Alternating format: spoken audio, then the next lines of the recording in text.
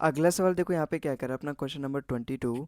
If 162 is proportional is 162 ratio X is proportional to X ratio 338। तो मुझे x की value find करनी है।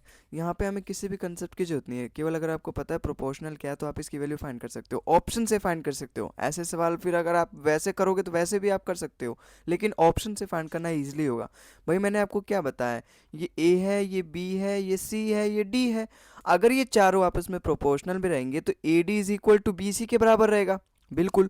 तो यहाँ से बी सी किसके बराबर हो जाएगा, ए डी के बराबर।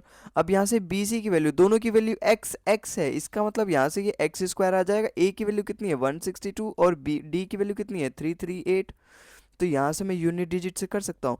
भाई यूनिट डिजिट यहाँ से कितना आ रहा है 8 टू 16, लास्ट की यूनिट डिजिट लगभग 6 आ रही है ना, लगभग, अगर मैं लगभग क्या मतलब 6 आ रही है। तो यहाँ एक्स स्क्वायर में ऐसा इनमें से किसका यूनिट डिजिट पकड़ूं जिसका मैं स्क्वायर करूंगा तो लास्ट में 6 आएगा, बताओ। वही तो मेरी एक्स की वैल्यू होगी, जिसका मैं स्क्वायर करूंगा लास्ट में 6 आएगा। केवल एक ही दिख रहा है भाई, 8 8 जो 64 होता है, ये तो होगा नहीं। ये 4 4 जो 16, केवल एक ही दिख रहा है। ऑप्शन नंबर सी इसका बिल्कुल करेक्ट हो जाएगा, 2 3 4। मुझे नहीं लगता इसमें आपको कोई दिक्कत आएगी, क्योंकि बहुत ही ईजी सवाल है और आपको भी क्लिक हो गया होगा कि हम इसको यूनिट डिजिट से कर सकते हैं। अगले सवाल पे चलते हैं। अगला सवाल देखो यहाँ पे क्या कह रहा है, क्वेश्चन नंबर 22 है अपना। Three numbers are in the ratio 1:2:3. After adding 5 to each of the numbers, the ratio changes to 2:3:4. The smallest number is. भाई यहाँ पे क्या बोला है, पहले 3 नंबर का रेशो दे रखा है कि जो पहले नंबर थे, फर्स्ट सेकेंड और थर्ड नंबर का यहाँ पे रेशो दे रखा है। क्या रेशो दे रखा है 1:2:3। अगर मैं तीनों में 5 5 ऐड करता हूँ, यहाँ पे बोला क्या, अगर मैं इसमें भी 5 ऐड करता हूँ, इसमें भी 5 ऐड करता हूँ, इसमें भी मैं 5 ऐड करता हूँ, तो जो मेरा फाइनल रेशो है वो चेंज होके ये आ जाएगा 2:3:4। अगर मैं तीनों में 5 5 यूनिट ऐड कर रहा हूँ, इसका मतलब रेशो में भी मैं सेम यूनिट ऐड करूंगा। जैसे यहाँ 1 को 2 बनाने में कितना प्लस हो रहा है, 1 प्लस हो रहा है।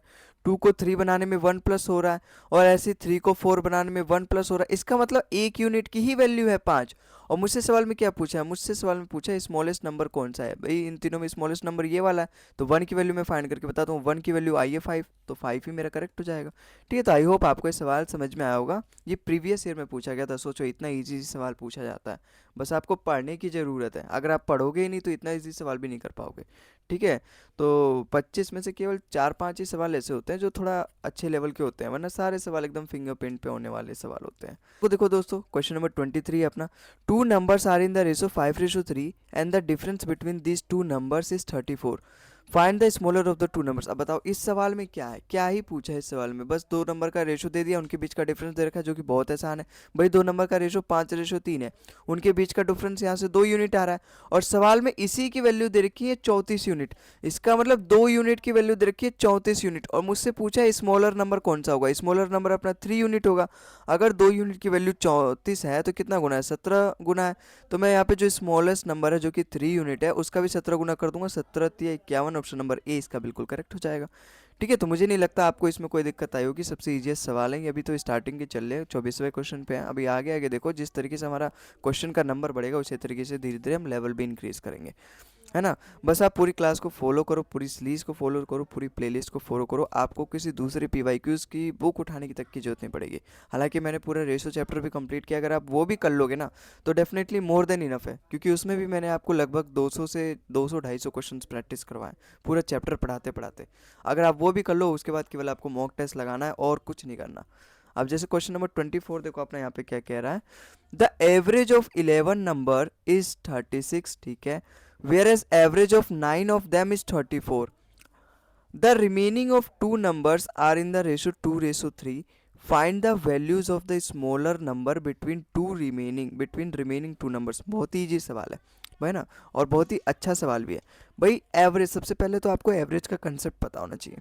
एवरेज मतलब होता है क्या, एवरेज मतलब होता है सम ऑफ ऑब्जर्वेशन अपॉन में नंबर ऑफ ऑब्जर्वेशन, यही होता है। भाई अगर मेरे पास सपोज 11 नंबर है, ठीक है, यहाँ पे बोला ना 11 नंबर का एवरेज, मतलब मैं यहाँ पे सबसे पहले तो 11 नंबर को प्लस करूंगा, ठीक है, और फिर मैं उसको 11 से डिवाइड कर दूंगा, और उसकी वैल्यू दे रखी है यहाँ 36। अगर मैं 11 नंबर को प्लस करूँ फिर उसको 11 से डिवाइड कर दूँ, उसकी वैल्यू दे रखी है 36। इसका मतलब 11 नंबर को मैं पहले प्लस करूँगा, उसको मैं 11 से डिवाइड करूँगा, उसका एवरेज यहाँ पे 36 है। तो अब मेरे पूरे नंबर का सम कितना आएगा, सम कितना आएगा, बंद कर दो डैड जी। तो पूरे नंबर का सम कितना आएगा, जब मैं इस 11 की 36 से मल्टीप्लाई कर दूंगा तो यहाँ से पूरा हमारा रियल नंबर पता चल जाएगा, पूरा नंबर आखिर टोटल जो 11 नंबर है अगर मैं उनका सम करूँ तो कितना आएगा, 36 के अगर मैं 11 से मल्टीप्लाई कर दूँ कितना आएगा 396। तो यहाँ से पहले नंबर का मुझे सम पता चल गया। ऐसे ही दूसरे नंबर का सम मुझे पता चल जाएगा, whereas average of 9 of them. तो यहाँ पे टोटल नंबर का कितना सम होगा, 34 की मैं 9 से मल्टीप्लाई कर दूंगा तो 34 इंटू 9 मतलब 9 3 27 और 9 4 36 मतलब 306। तो यहाँ से मुझे पहले नंबर का सम पता चल गया जो पहले मैंने 11 नंबर लिया, और उसमें से जो 9 नंबर का अगर मैं एवरेज फाइंड किया मतलब उस 9 नंबर का पूरा एवरेज कितना है, 306 है।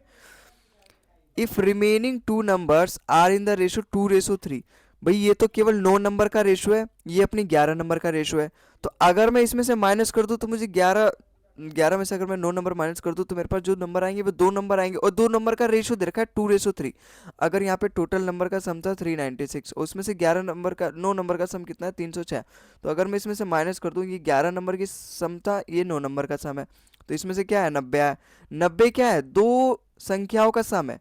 जो बचे मेरे 11 में से अगर मैंने 9 नंबर मैंने माइनस कर दिया तो जो बचे 2 नंबर उनका एवरेज है ये, उनका एवरेज भी नहीं उनका सम है, ठीक है, क्योंकि ये जो आया है ये सम करके आया है।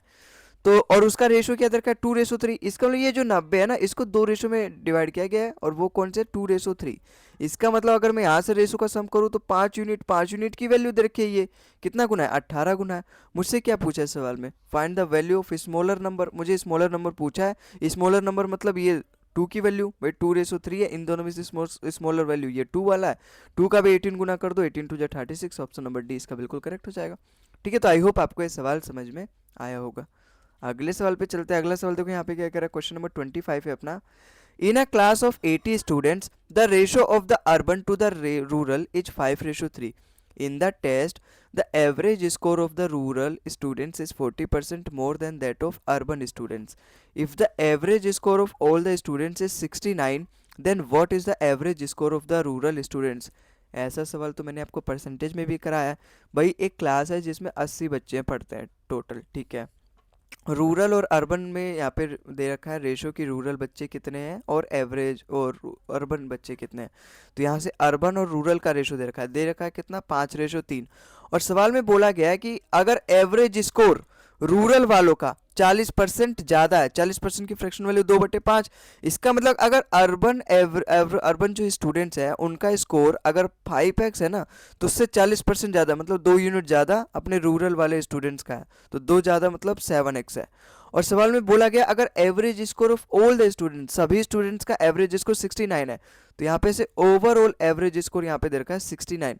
तो यहाँ से अगर मैं x की वैल्यू पता कर लूँ तो मुझे यहाँ पे रूरल स्टूडेंट्स का एवरेज स्कोर पता चल जाएगा, क्योंकि यहाँ पे पूछा गया है what is the average score of rural students, मतलब मुझे अलग से पूछा गया है कि एवरेज जो यहाँ पे ये एवरेज है और ये तो उनका रेशो है, ratio of students of urban and rural. तो मुझे इसकी वैल्यू फाइंड करनी है, मुझे 7x की वैल्यू फाइंड करनी है, क्योंकि यही मुझे बताएगा रूरल का एवरेज स्कोर कितना है।